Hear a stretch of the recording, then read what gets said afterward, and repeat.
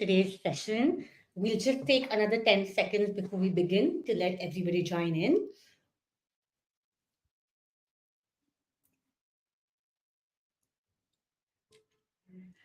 All right, great. Welcome everyone to this critical panel discussion on global citizen education and its relevance in today's global climate. I think education has long been seen as a transformative force, a way to open mind, build empathy, and prepare young people across the globe to navigate an increasingly complex world. Education has always paved the way for a hopeful future, and especially today as we grapple with the threats of political instability and heightened social divides across the globe, this transformative role of education is more urgent than ever.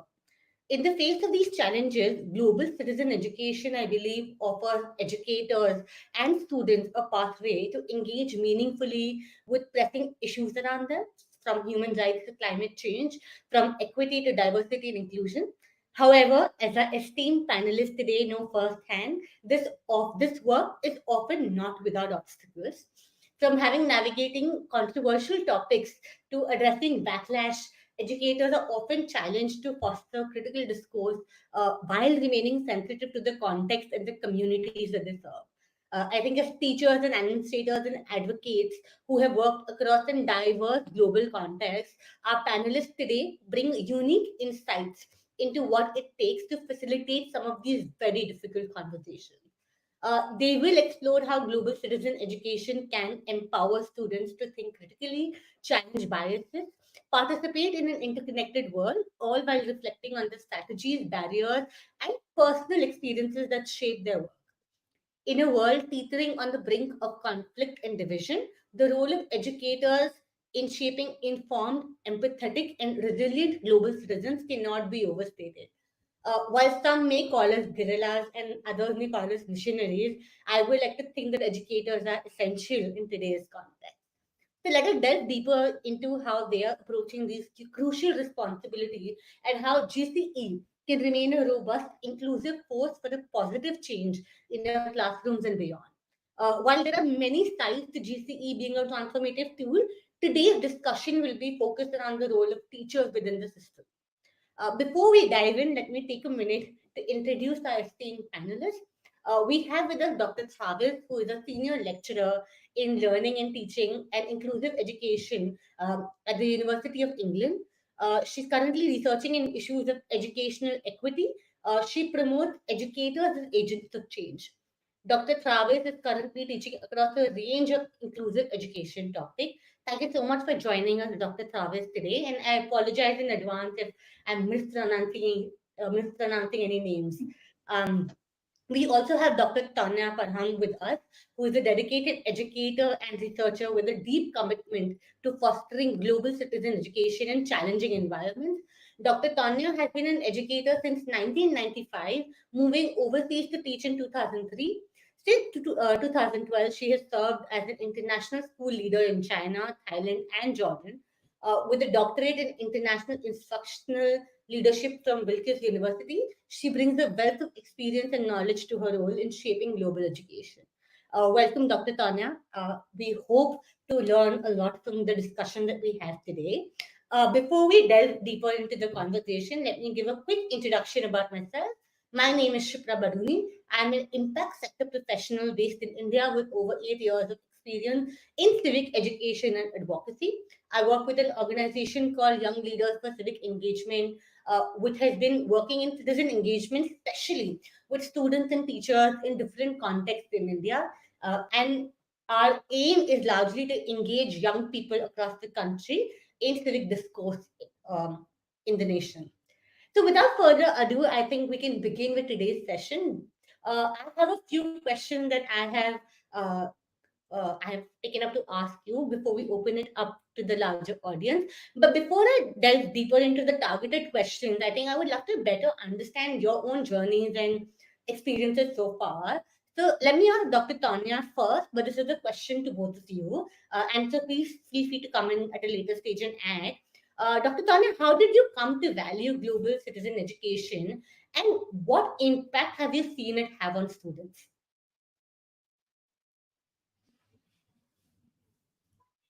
Okay.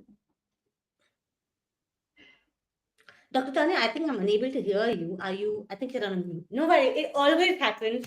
Technology always gets the best of us. Dang. I think you're still on mute. There, I'm Yeah. off mute now. Okay. I swear every time I'm not going to do it, and I do it every time. So yeah, growing up in Midwestern North Dakota was a very isolated upbringing where I didn't encounter a lot of diverse perspectives. So upon moving overseas and being hit with all of these cultural and political and social and environmental issues that I had no idea about as a child growing up in North Dakota, it really became a passion of mine to make sure that the students that we serve have the skill set and the background and the understanding of how to address issues. Because in this world, there's so many things that we need to deal with and address, from climate change to discrimination and equality issues around the world, that we can't hope to manage those if we can't get along.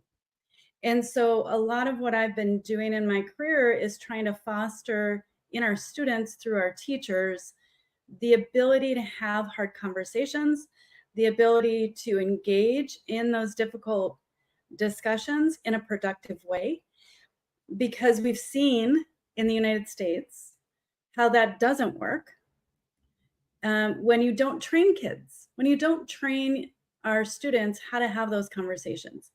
And so to try to combat that as an international educator, it's really been a priority of mine to make sure that we bring experiences to our students where we put them in situations where they have to engage with people from different cultures, different perspectives, so that when they do have to engage in discussions about broad, huge world issues, that they know how to have those conversations in ways that produce positive outcomes instead of creating greater divide.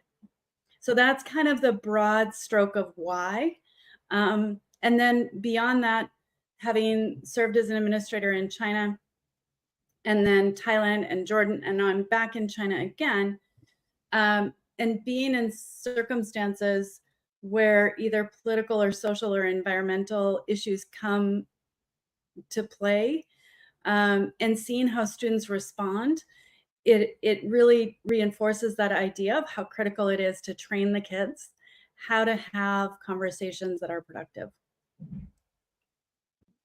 Thank you so much for sharing your journey, Dr. Tanya. And I think a lot of us educators in the room as well, who are listening in, do relate to a lot of what you've said and understand the critical need to be able to engage students in some of these very difficult conversations, especially from a very early start.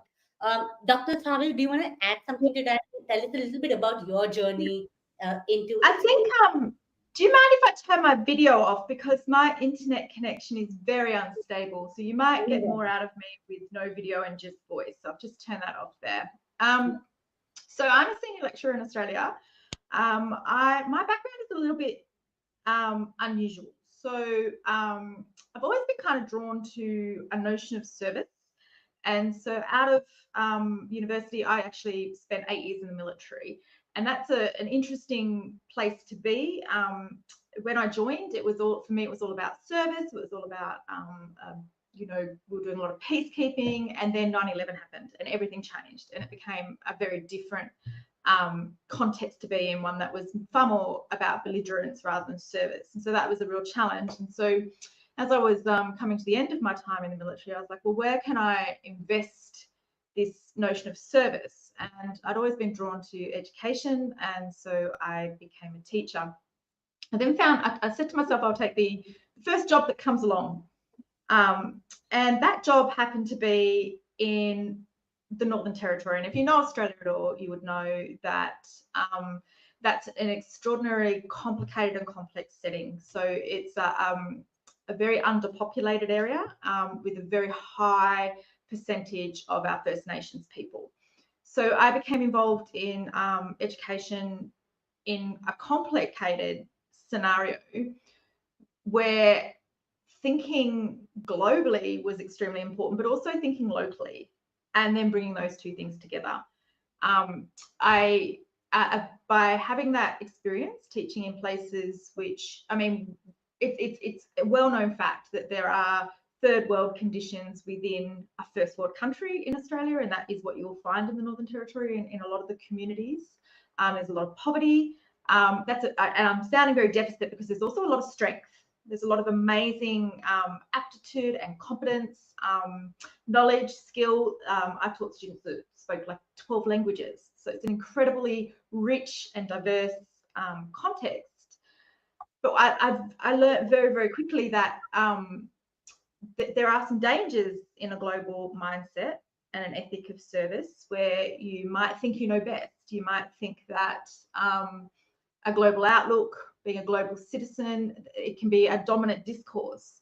And it was really important to understand the local and not to lose that when you were trying to take that global look.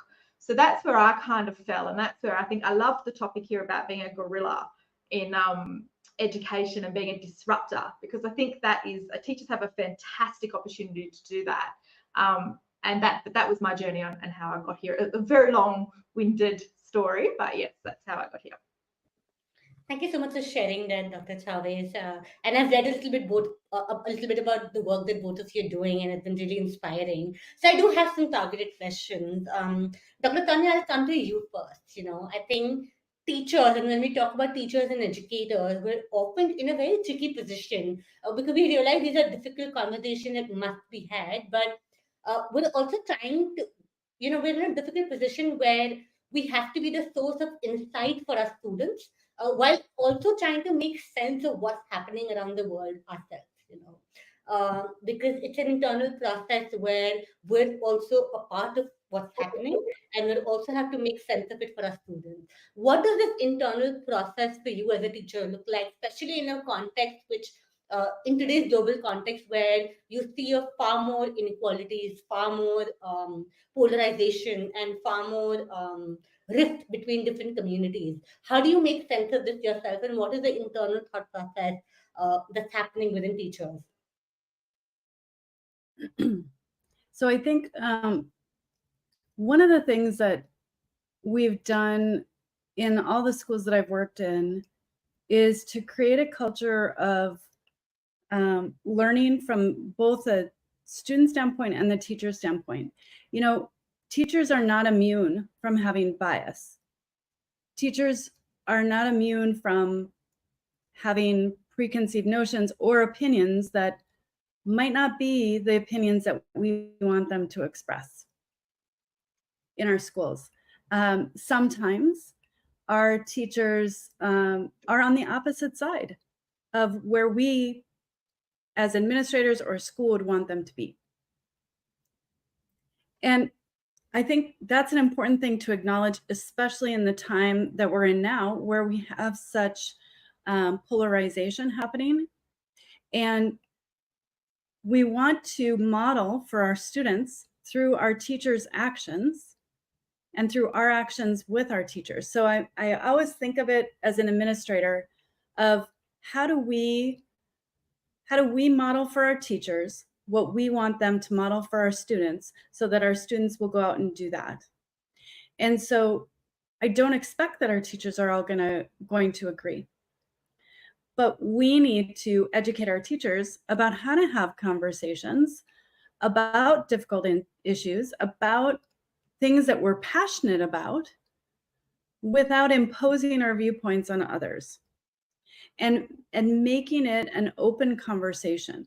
And so one of the schools that I was at, we created a structure around how to have difficult conversations around controversial topics. And it came to a point, and there's an anecdote. I was in a school in the Middle East, and it was during October 7th when the attack on the West Bank happened, on Gaza, I should say, happened. And a large portion of our students are Palestinian. And that weekend that it happened, it just so happened that we also had a visiting author coming onto our campus that we'd booked the year prior, and that visiting author was Jewish. He was not coming to talk about his religion. He was coming to talk about research and being a documentarian. But when our students, who again were largely Palestinian descent, found out about the attack and then that this person was coming onto campus that was Jewish, it really put all of the things that we'd done prior to the test. And I have to say, it wasn't great. Even though we'd done all of the things that we needed to do prior, we had activities together where our students trained in how to have conversations about difficult situations. We'd gone through the processes. We had trained all our teachers. We'd done everything. But in that moment, the emotion and the history overwhelmed anything that we had prepared them for. And it was a really powerful experience to go through as an administrator, and then to see our teachers working through that with the students, that even though you have this visceral response, you still have to be respectful. You still have to honor that that person is not the country that has just done the wrong to your people. That person is an individual. And we needed to make sure that the students understood the humanity in that person. And it was, I mean, it took a couple of months to work through that with the kids after that, but it was really a wake-up call to us that we thought we had done everything to prepare kids for a situation like that. And in the moment, it wasn't enough. And so I think what we did from that was we just learned, we went back, we had further follow-up conversations. And so I think from a teacher standpoint, we have to model, we have to really be careful about how we talk about things in front of our students. We have to be careful with our language, but we can't not be who we are. And they need to be able to see who we are, because that's where we can break down those differences, is when we really get to know someone. And our teachers are so closely tied to the success of our students. And if there's a breakdown in that relationship, it really puts that whole educational aspect in danger. And so it really was important for our teachers for us to reinforce to our teachers the need to take a step back, measure what you say, think very carefully about what you present to your students, and help them work through the emotion in a productive way. That was really long, but and I don't know if I actually answered your question, but No, I no, think you it was an did. interesting experience. And I think what you've spoken about is a very interesting dilemma that a lot of us in our very different local contexts also face. It's how to localize what we've been trying to say to the context of our students, and it's not easy. And I understand that these situations often come up for educators, whether it's a situation like this where what all you prepared for may have not manifested in this way that you thought it would, or maybe where your own personal biases or your own personal identities may clash with what your students are hoping for it to be. I think these are very real, difficult situations that educators face on a day-to-day basis. Dr. Thraves, I have a question for you, and you can continue to add to the conversation in regards to what we just discussed. But taking forward from here, I think a lot of critics have argued, that global citizen education can romanticize issues to be, or can be too focused on Western values. Um, and it often Yes. makes it less accessible to minorities, or makes it less relatable in local context, and I think this is another example where maybe the context of Palestine students and their identities, maybe in the context of larger global citizenship, is not fitting in. So how do you think teachers can address some of these, or how do you think the field of GCE itself is addressing these challenges to make it more inclusive and more relevant to today's society? Yeah, I think you've just hit the nail on the head of the major criticism of a global citizenship focus in education, is that it can further marginalize groups that may approach things differently or have different value systems. It can. So I think specifically about my own experience, I worked in a school, a very complicated school that had 30% remote Aboriginal students who boarded at the school. So they came from communities that were extremely remote. They came in usually speaking English as a third or a fourth language. And they came into a school that ran an international curriculum with a global focus. So, I mean, that was an exactly what you're talking about, a clash of that outward-looking global approach with the values coming in that might not have, the dominant discourse might not have suited that. And it took a little bit of time to unpack and understand that, because as someone who finds global citizenship really appealing, the values align beautifully with my own, it can be a little bit difficult to see why they're not necessarily universal, but they're not. And so I think it's about being deliberate and really understanding where those clashes might be and thinking local first. So absolutely a global outset, I think, is the way forward. I don't think we can get around it. I think it's looking for those commonalities amongst all of us is the way we broach some of the biggest challenges that we face as human beings, but we have to go from the local outwards. And so global citizenship might look a little bit different in different places. It might have a different flavour, if you like. And I do think that that sort of a lot of my research has been around exactly that. It's about how can we take something that is important and then put the local flavour on it and then look back out again. So, and that I think it's about being really deliberate and really thoughtful about where the intersections are. So where is the interface between one way of doing things and another that sort of support those overarching values? And sometimes it's about padding out those values. Maybe they're not complete. Maybe they are a bit too Western. Maybe they need a little bit more thought. So yeah, and that's going to be very specific to your context.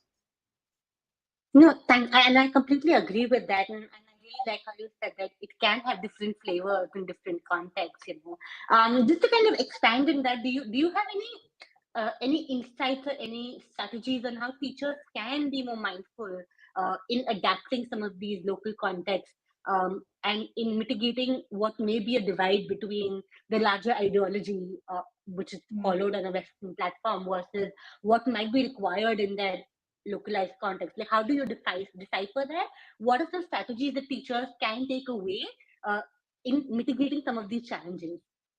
Yeah, and that's going to be context specific as well, I think. So for me, it's about working with the communities that I'm engaged with, and it's about asking questions.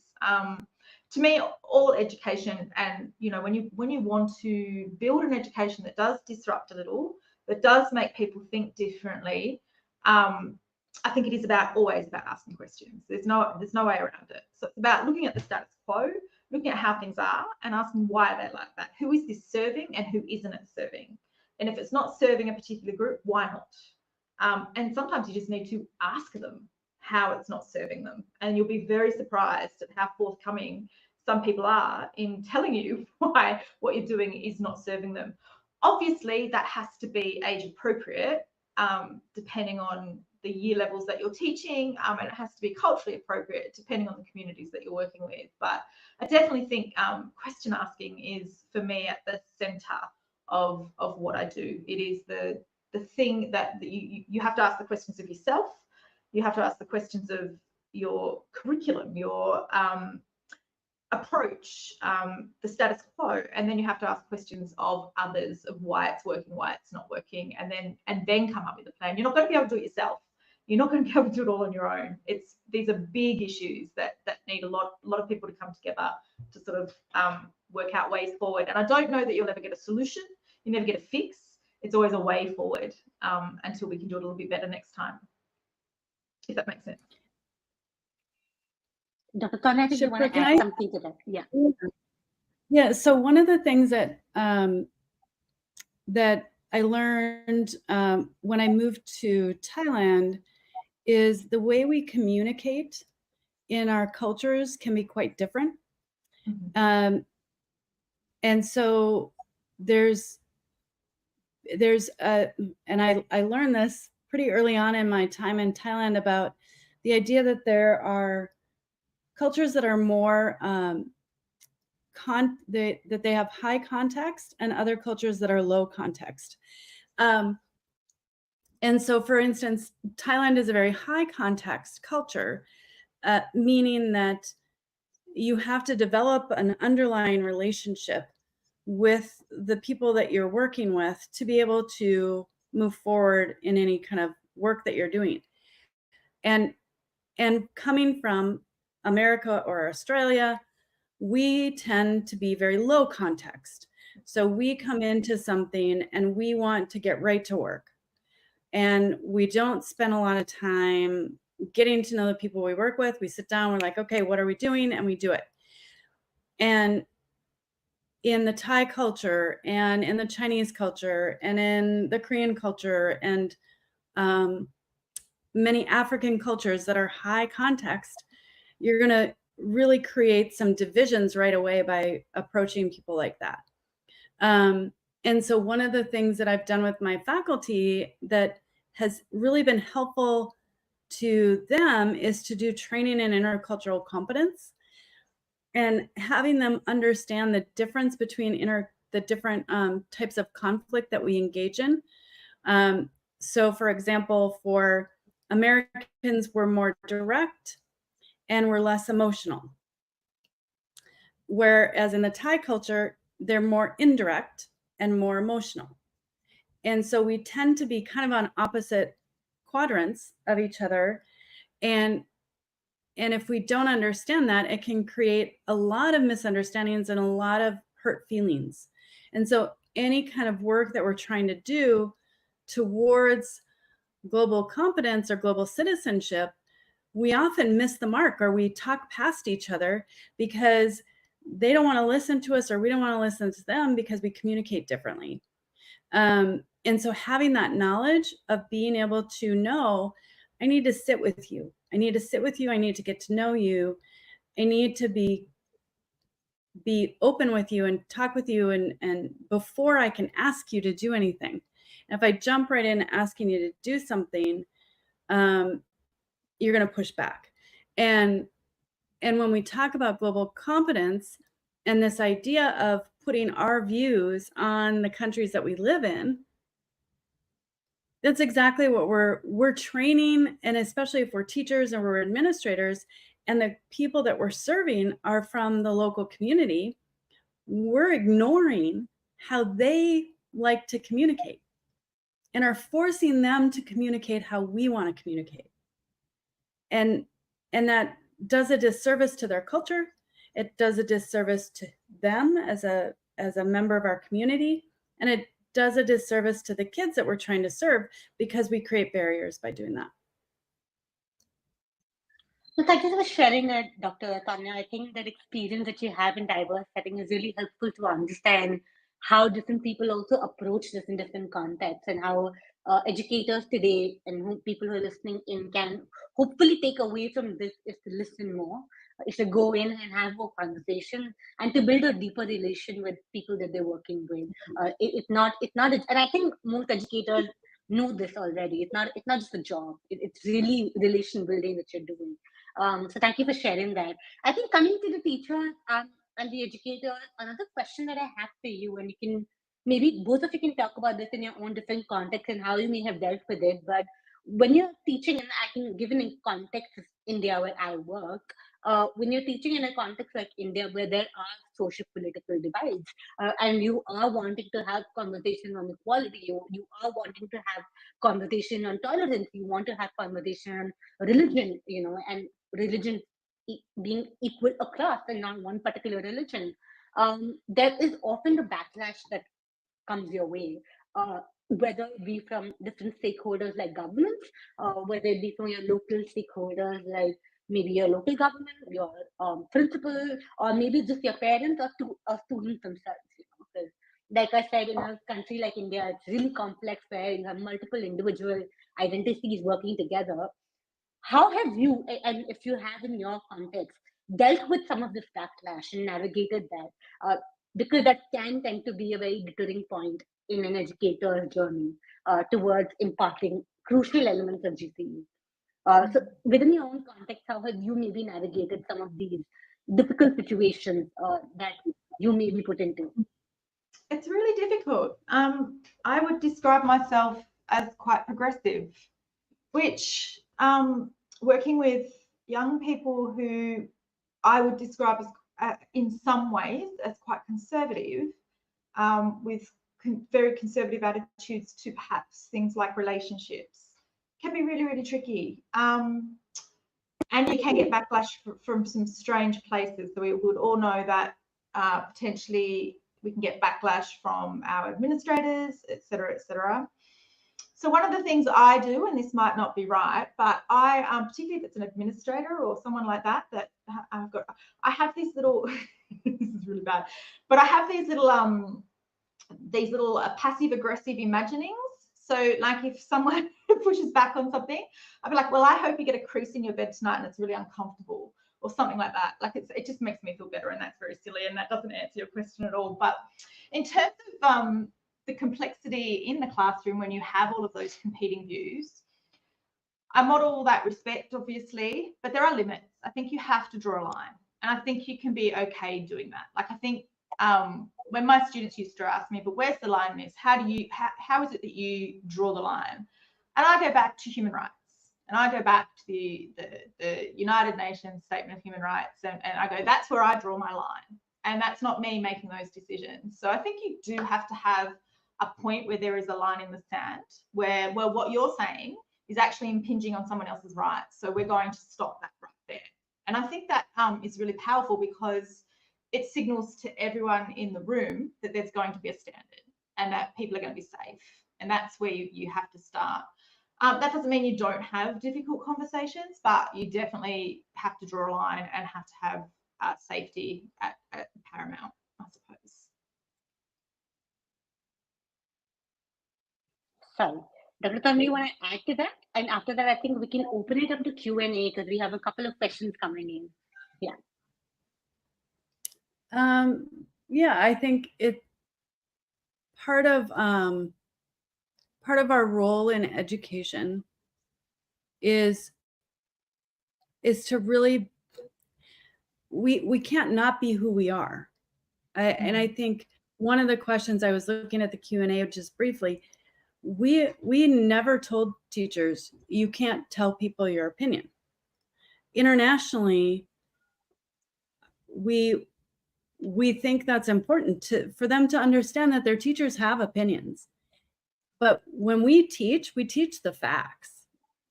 Now, if you have an opinion, you can express that opinion. But what we also say is there are some accepted facts that are non-negotiable facts. And the schools that I've been in, one of those non-negotiable facts is climate change is real. And we have the science to back it up. And you can put forth all the evidence you want, that's fine. But we're telling you, we're teaching this because it is a fact. So we're teaching that racism is a fact. Racism exists. It's not a myth, it's there. So we teach the facts, and then we say, your teachers are going to have opinions. Everybody has an opinion. They're not going to tell you what to think, but it's important that you know that they have an opinion.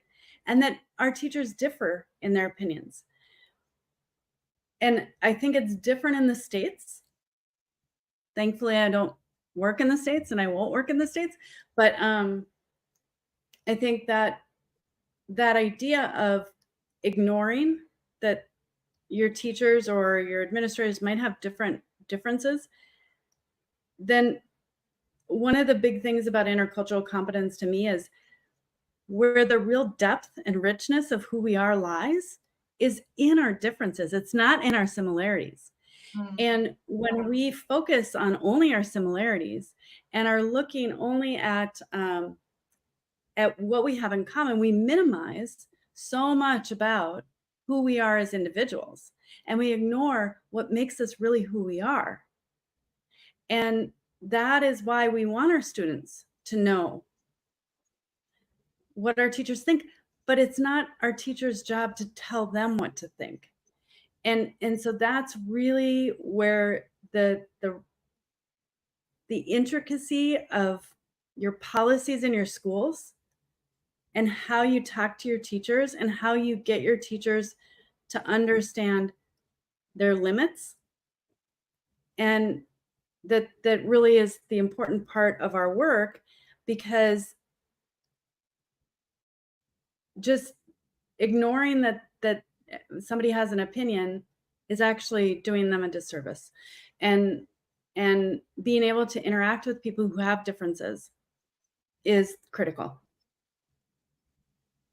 Thank you for that sharing that, Dr. Tonya. And I agree, and I think it's a very intricate idea of personal identities and personal viewpoint as an educator and how you navigate that, because you are an individual, you are an educator, yes, but you're also an individual with your own opinions and views, and how that interplays with a lot of the nuances of what you're teaching and also who you're teaching. I think oftentimes I come across educators who might belong to the oppressor class in India in that context, who are teaching minorities, and how you interact in that context is very difficult to understand. But yeah, I think these are some starting points for teachers to maybe start delving into some of these nuances of what it means to be an educator and what it means to be an educator that's hoping to have some of these difficult conversations in the context of citizenship, in context of identities, in context of what's happening in the world. So thank you for sharing that. I think we have a couple of questions that have come in from the audience, so maybe we can get into the question. Great. I think the first question is from Ellen, and she's asking, I'm wondering how the international school can deal with topics, especially in history and politics, where the facts are debated and the government of the country you're in might have a particular stance. I know we've touched upon this in some aspect, but maybe one of you would like to take this up and begin, and then the other can add in. Well, I think we have to be really careful about honoring the country that our host country. And of course, in all of this, we cannot go against the laws of the country that we live in. And there is sensitivity to that. Having lived in a country in the Middle East where homosexuality is not necessarily accepted and definitely not celebrated, the line you have to walk in supporting your students and ensuring their safety when they're in your school, but also educating them about the dangers outside of your school. And so we have a responsibility to the country that we're in to not go against what they believe. We are a guest in their country, and we cannot go against the laws and the beliefs of the country. We cannot advocate for any insubordination to those laws. I think, having lived in China and in Jordan and in Thailand, even, you can't express anti-government views outside of the school. You just can't. And there are reasons for that, and we need to make sure that our students understand that, because we have to make sure they're safe. And so when they're in our walls, when they're in our school, we can have certain conversations. But it's a huge responsibility on our part to make sure that they know that once they leave our walls and they're out in the community in which they live, that they need to moderate themselves, because it is not our country. I'm an American living in China. I'm an American living in Thailand. I'm an American living in the Middle East. It is not my country. I don't get to tell them what to do. I just don't. And so I have to be really careful as an administrator. Teachers have to be really careful as teachers in working with our students, that we make sure we moderate how we teach our kids so that they understand the situation in which they live, the sandbox that they play, so that they don't do something that's going to endanger them. Now, within our walls, we have some level of safety that we can have those discussions that are moderated, that are controlled, but it is our responsibility to help them understand the community within which they live and the country in which they live. And if we don't respect that, we're going to get ourselves in big trouble. Dr. Genevieve, before you come in, and please feel free to add to the question and the answer, I think, Dr. Tonya, I think what you've said is very, very important for us to understand, because, the safety of our students is primary. And we have to, while we're telling them to have these conversations, we also must tell them to have this conversation more responsibly, in a way that's not threatening their situation. And I fully recognize that. I think in a different context, I would like to ask, and Dr. Genevieve, you can come in, and Dr. Tonya, if you want to add to that, please feel free, because I understand your context is very different. You're an American, like you said, living in a different context, in a different country. But what do you have to say to teachers who are from the community itself? Because a lot of people have also argued that teachers are also creating discourse for the future. A lot of the countries and their government, can you hear me? Yeah. A lot of the countries' governments have also shifted discourse in a way that profits them, in a way, and they've shifted narratives that are not true, that there is a lot of misinformation that's been institutionalized, in different contexts in different countries. So how do teachers as individuals and also as teachers navigate that? Like, what happens when you change the curriculum to something that's not true at all, or to change a curriculum to showcase only one side of perspective? So how do you deal with that as teachers? In my view, as a teacher in my own community, I think we have a responsibility to be agitators. I think we have a responsibility to ask the questions. Why? Why is this happening? Why are we only getting this one side of history taught? Why does my textbook only have one female in it for 19th century history, Queen Victoria? Where are all the women? I think we have a responsibility to ask the questions. I think teaching is about raising, teaching, particularly in my context, in my view, teaching is about creating young people who have the capacity to think very broadly about topics, and particularly those global topics. And that if we are facing curriculum changes or governments that are and I mean, obviously we have to keep ourselves safe. And in my situation, it would be safe for me to question and to push back. But I think we're not propaganda machines. We're educators, and we have to remember that. So I'm not, particularly history. I'm a history teacher, English history teacher by trade, but particularly history, politics, philosophy. There is a real risk that those subjects can become mechanisms for propaganda, and we have to guard against that. That is our job, I think, to question and push back on that. I think that was your idea there, is that, what's our role in that? We're not just conduits, I don't think, of material. I think we do more than that with our students, and so part of that is being a mediator of that content.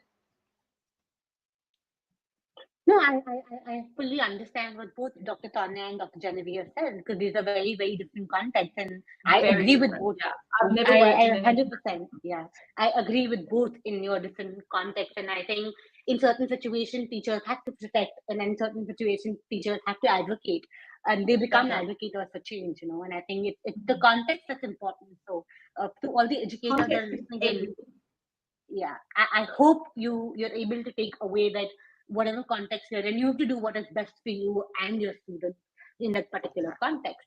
I think we can take, thank you so much for sharing that. I think we can pick up the next question. We have many left in the Q&A. All right. Given your military experience and global citizen education, is it possible to serve while staying true to those values? What advice would you offer to current or aspiring military personnel? I'd say run away. Don't do it. No, I'm joking. Well, at heart, at absolute heart, any soldier in the world will tell you that they are a global citizen. They're there to keep everybody safe. The last person who wants a war is a soldier, right? Like the last person that wants to go into conflict is a soldier. It's a little bit, I look back now at my early years and my decision to join the army because of its peacekeeping roles, and it's a little bit patronising. It's a little bit young and idealistic and obviously not well thought through.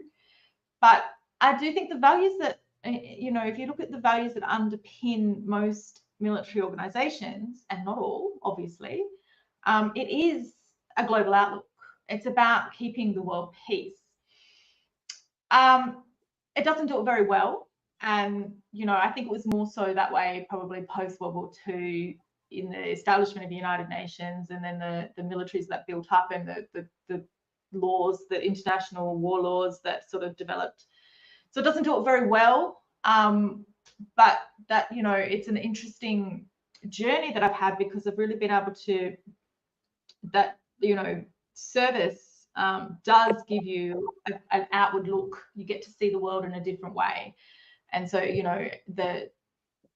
so my advice to people aspiring to join the military is be a pacifist, because that's what I am at heart and always have been. It sounds crazy, it sounds oxymoronic, but it's not. It's what you want. Like you can argue till black and blue whether standing armies are even worthwhile or useful, but we have them. So if you're going to join, be a pacifist. That should be your goal. Every soldier should want to avoid conflict. Yeah. Does that answer the question? Yeah. But I hope that answers the question, and I think it's a complex. It is complex. The duality of our identity. Complicated. We can be a pacifist and still want to join the army. I think it is a complex question to answer, but I hope that's given some clarity or some direction to the person who asked. Can we go to the next question? Awesome. How can teachers handle situations where students or even parents strongly disagree with the perspectives presented in class? I think we did touch upon this a little bit, but Dr. Tonya, do you have anything to add to this? I think there needs to be, if your school hasn't created a policy around difficult conversations or controversial issues, you need to have them. And you need to publish it. You need to talk to your parents about it. You need to talk to your students about it. You need to train them. You need to train your teachers, because you're going to have a teacher that comes along that's going to want to talk about something. And they're going to talk about it, and they're going to present both sides, and they're going to be real even about it. But their kid might choose a different side than they choose at home. And it's the danger of education, right? That you send your kid off and they come home and they don't agree with you anymore. And so I think any school, anywhere, doesn't matter, has to have some kind of policy in place that's published, that's known to people, that's known to parents, that's known to students, that's not just known, but discussed and reviewed, and I sign off and yep, I agree. And if you've done that, then you have that in your back pocket. And a parent comes in and I don't agree with this. Well, this is what we're doing. We're educating children, and it's in our policy, and this is what the teacher has done. Now, of course, if the teacher has gone against that policy and done something like taught their opinion and not fact, then that's different. But if you don't have a policy, you're kind of setting yourself up for this kind of interaction. And so, recommendation to every school, you have to have something, some kind of policy about what it means to have a difficult conversation. What do we take as fact, and how is that presented? And if it's opinion, how is that presented? And then you have something, you have a third point to say to the parent, when you joined us, you agreed to this. Yeah. And if you don't agree to it anymore, this is who we are, then this isn't the place for you. Well, I think that's a great advice. And I think I'm going to have to go back to my organization to see if we have a policy around how to have this very conversation. Because you're right, a lot of time it does, having that written policy just allows for you to have a guidance in place for when these situations will come up. I have a related question, very interesting, complex nonetheless. I understand that there are no exact answers, but a lot of time parents do come in wanting to have a say in the education of their children, which is fair. But where do you draw those boundaries in context of parents wanting to teach opinions versus facts? Because a lot of these conversations also stem from the fact that maybe parents have not envisioned for the education to go in the direction that they were hoping for it to go, right? And that direction is often influenced by their own opinion, their own biases, their own requirements, wants, desires, etc. So where do you draw that line between parents? Like, when is it interfering versus when is it aiding? And we want parents to be involved. We never want a parent to not be involved. Yeah. Can I jump in on this, because this is fascinating to me? My future research, I've just been planning a research agenda for the next 3 years, and it's actually parents. So I'm really interested in this space because I think parents get a very bad rap. I think we're really hard on our parents. Our parents, they, no matter what, I've never met, and I know they exist, people have told me they exist, but as a teacher and an educator, I've never met a parent that didn't want the best for their child. Yeah. And I think that's at the heart of it. So what I believe is best for the child and what they believe is best for the child might not be the same thing, but we're all wanting the best. So if we start from there, if that's where we start from, that we're all wanting the best outcome for the child, I think we can move forward in quite a productive and positive way. I think viewing parents as out there and separate to the education, I mean, I know sometimes we have to do that. There are times where that has to happen, particularly if perhaps home's not safe, or there's an out there and an in here. But generally speaking, if we view parents more as partners in the education, as part of the educational journey, I think we'll have more success as well. And that involves a lot of, I guess, outreach and a lot of work with families. I know in the schools that I've worked in, where we've had really strong partnerships with parents and families and caregivers, because it's not always parents. We have to accept there's a lot of caregivers as well.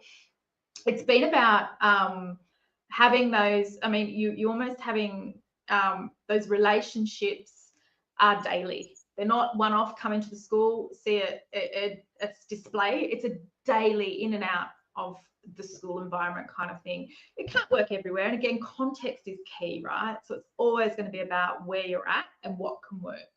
But I think, I don't know, I do think our parents get a bad rap. I parented a child with a disability myself, and he's 22 now, but I look back at the journey, and it's parenting is hard for everybody. It's hard. It's a tough job. So I think, and ultimately, this is their child. So, as much as we feel a little bit of ownership of these young people in our classrooms, they really do go home. They're not ours. We move on the next year and we teach other kids. So we have to really, I always step back and think, well, okay, we all want the best for the child. Might not be, we're wanting different things at this point in time. We think that best thing is different. How are we going to move? Yeah. Let's find the common ground. Let's start with the common and move from there. Yeah. No, I think, yeah, no. And I think that's why it's very interesting, because, oftentimes as educators, you're right, we want what's best for our students, but so do parents. And what we envision might be best may not align. But I think what you said, that we do feel a sense of ownership, but we do not have ownership. Is very important, fine line to understand where we also draw certain boundaries in how we are interacting with certain situations.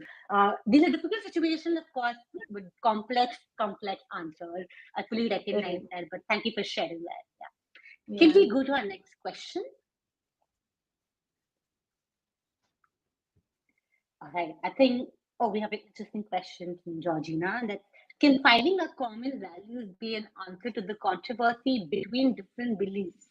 If not, what can help us find common ground that connects us? Dr. Genevieve, do you want to start us off on this? Yeah, absolutely. I think it's about finding the common values. I think that's at the heart of everything. If you have clear, I think Dr. Parham was really pointing to that before when she said, we have this policy, this is who we are, this is who we are, that you can, if you've got a school that's very clear about who they are, then there's, that's the value, right? And everyone's clear on that. And we all, so students, teachers, families alike are buying into those values. Having said that, it can be good for students and young people to encounter people who don't necessarily sing from the same song sheet, right? Which is the whole point, we've been talking about these differences. But if the values are too different in a school setting, it's not going to work. So I think that's why it's schools in Australia anyway do a hell of a lot of work around finding out what those values are that are going to drive the school, and they put that at the center. They try and put that at the center of what they do. So and I know with good school leaders, I can almost predict a decision they will make because it will lead back to the school's values. So you can almost you anchor everything to that, and I think that was what Dr. Parham was pointing to there with her talk about policy as well. But yeah, I think that's absolutely right. Dr. Tonya, you want to add to that? Yeah, I agree. Very much. You have to, we have our mission statements. We have our core values. You come to our school because, at least in international schools, we publish those things. Yeah. You come to our school because that's who we say we are. If you don't want that for your kid, then don't send your kid to our school, right? Mm-hmm. But I think once you get into the school, then we do need to provide our students with ways to express themselves that speak to how they were brought up. It's still in line with our values. But if our values are integrity and critical thinking and respect, or whatever we've chosen, if I'm in my society, it's disrespectful to look at a teacher in the eyes because that's disrespectful. Me forcing the kid to do that is disrespectful to them. Mm-hmm. But it doesn't mean that if they're not looking me in the eye, that they're not following through on those core values. So right. It's that idea of really understanding the cultures we're working with and valuing what they bring and allowing them to express those values within our values, and not, we're not going to support them going against the core values of our community. But we also really have to allow them the way that they express themselves. And if they don't want to get up and speak in front of people because the tall poppy syndrome or whatever it is in their community, then we shouldn't force them to do that. But then that's the very heart of practice, that you allow them different ways to express themselves. And so you can do that and still honor the values of your community without forcing them to forsake their own values. I think, Dr. Tonya, what you've said is very, very interesting, because when I'm listening to it, I'm also looking at it from, I know you're talking about a school system and a school structure, but I'm also thinking of it in the larger scheme of global citizenship. That's essentially what we want.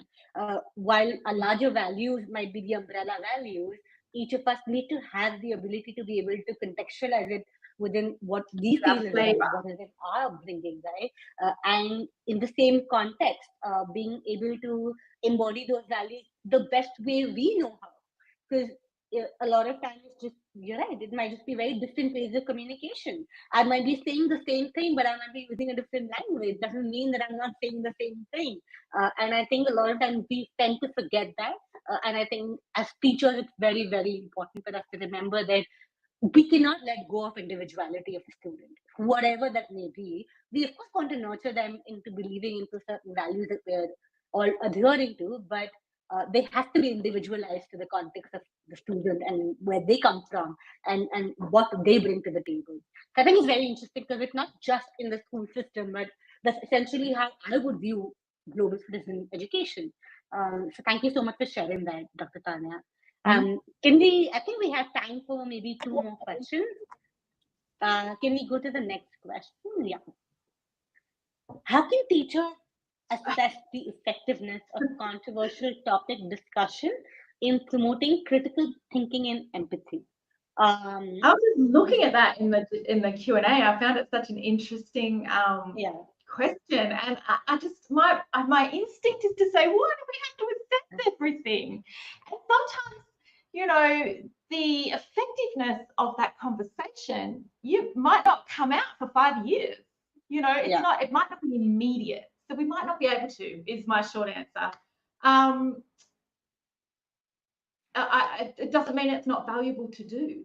I mean, there is a lot out there that says we can assess critical thinking and empathy and this and that and the other, but I don't know that we need to assess everything.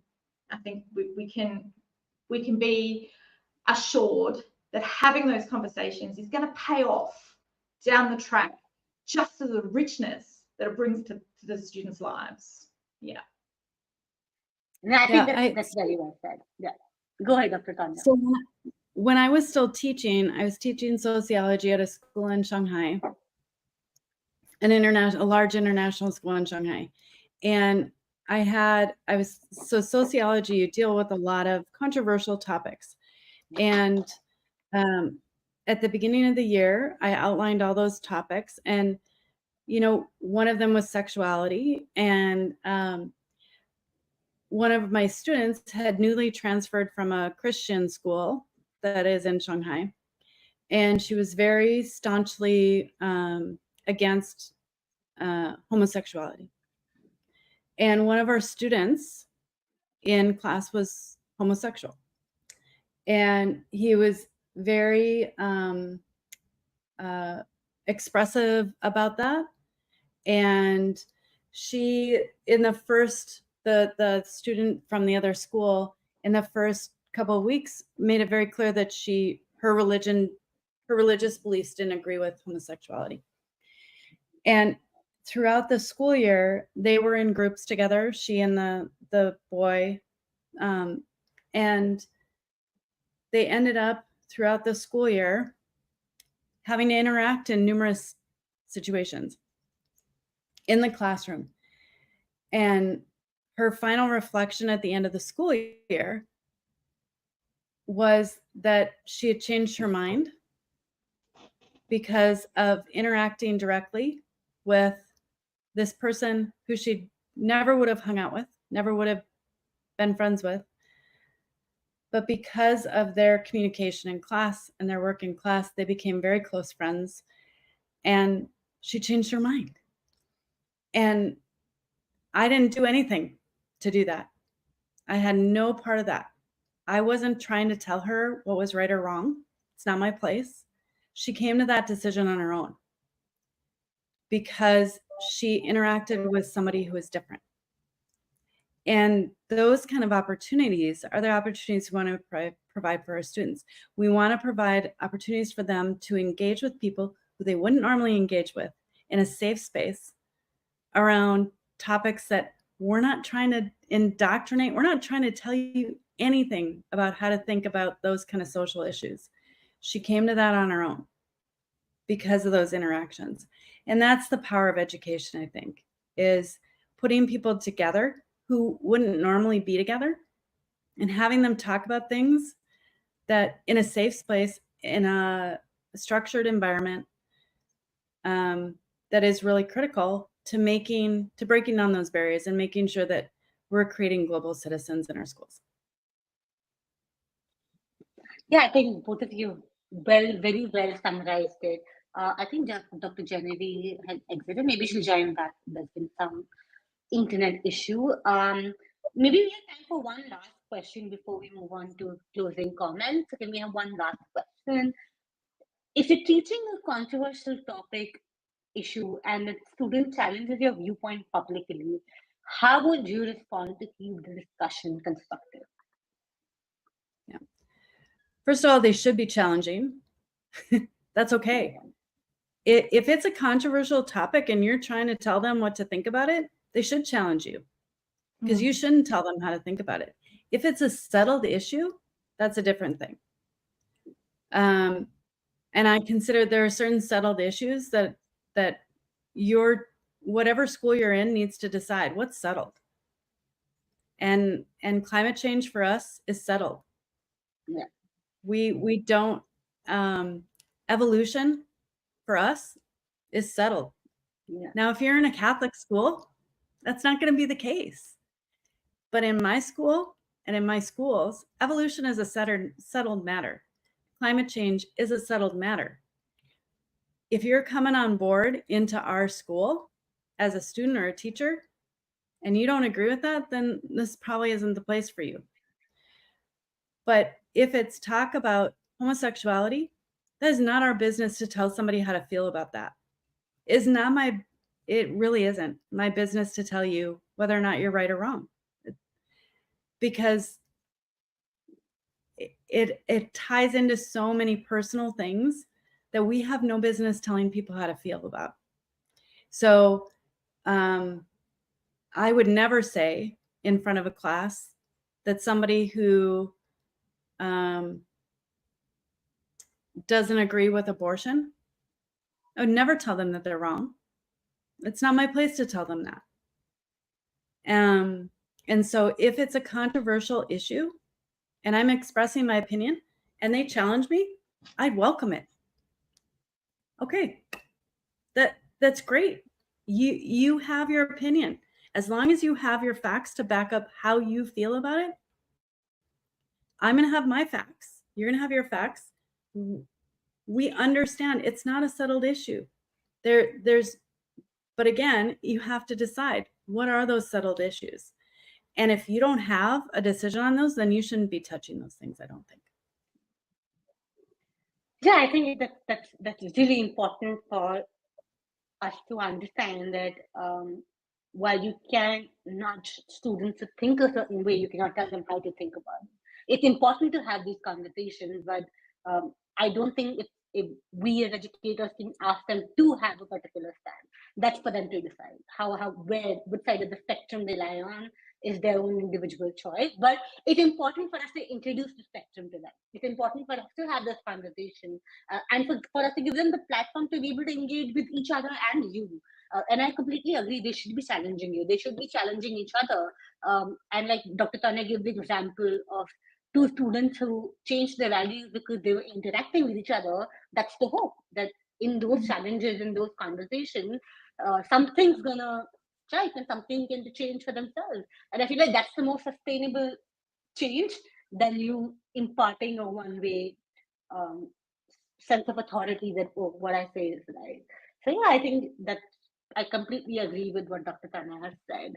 I know I've been saying last question, but I think we're running through them very quickly. We do have time for one last question, but this time it's the final last question. Can we have one final question on the screen?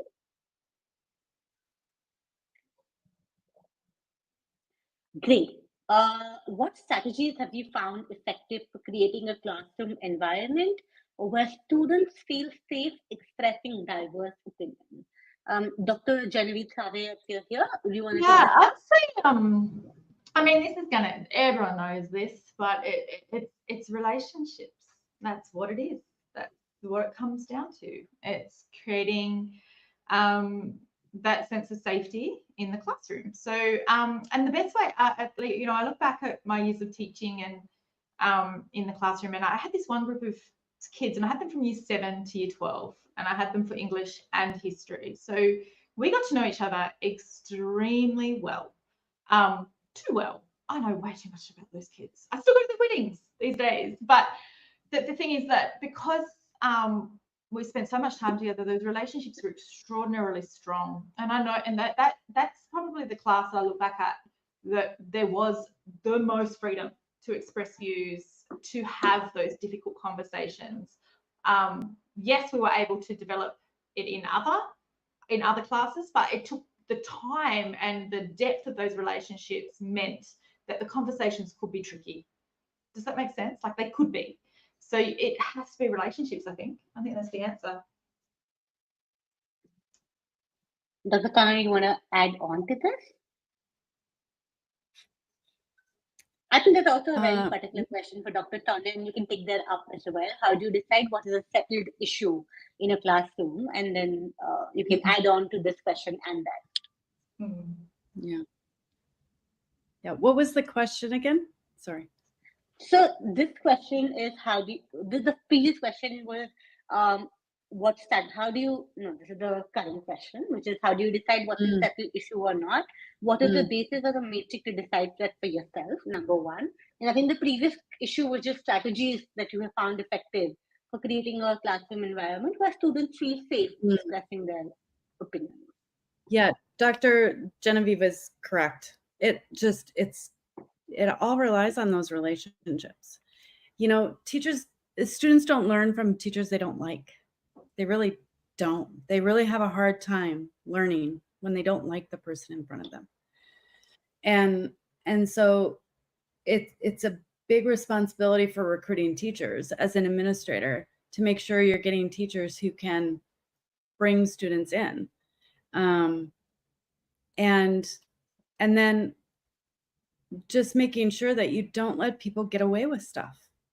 You don't let kids in your classroom say things that are disrespectful, and you have to call it out, and you have to say that doesn't agree with the norms. And I think that's one of the things that I always did. Even as a high school teacher, I taught AP Economics and AP US History, and I always started with, what are our classroom norms? Like, what is okay? And what do we do if we break a norm? What do we do if we break a norm and I, as the teacher, don't hear it?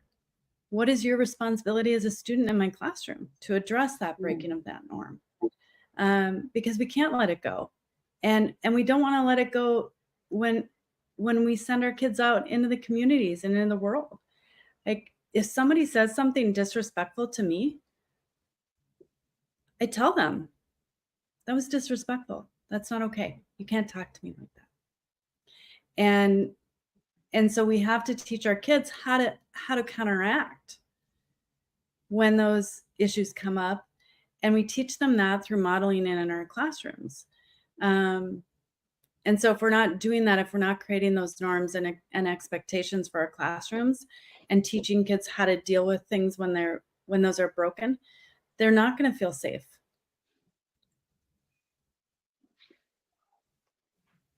Thank you for sharing that, Dr. Tonya. I think that brings us to the end of our discussion for today. Thank you so much for engaging in this very, very meaningful panel. It was absolutely brilliant to learn from your vast experiences. It was brilliant to hear from the various teachers and educators in the chat, joining us from different countries and different contexts.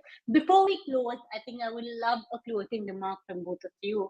And my question to you is more of a statement, is that, often teachers and educators are seen in a very traditional sense of doing the job of teaching, and it's very traditional education.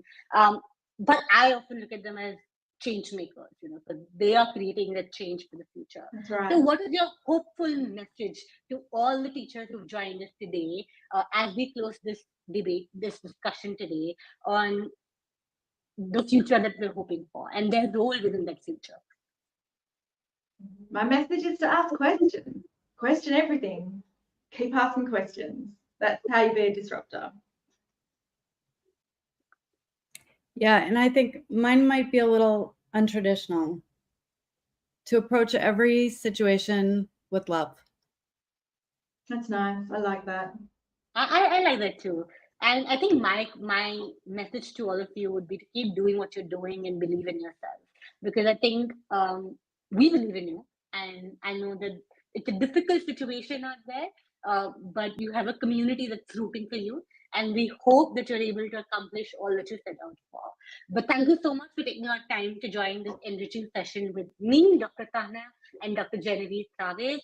Have a fantastic rest of the day ahead and a great rest of the ICTE conference. Thank you for joining. Thanks so Bye-bye. much for having us. Thank you. Bye. Thank you.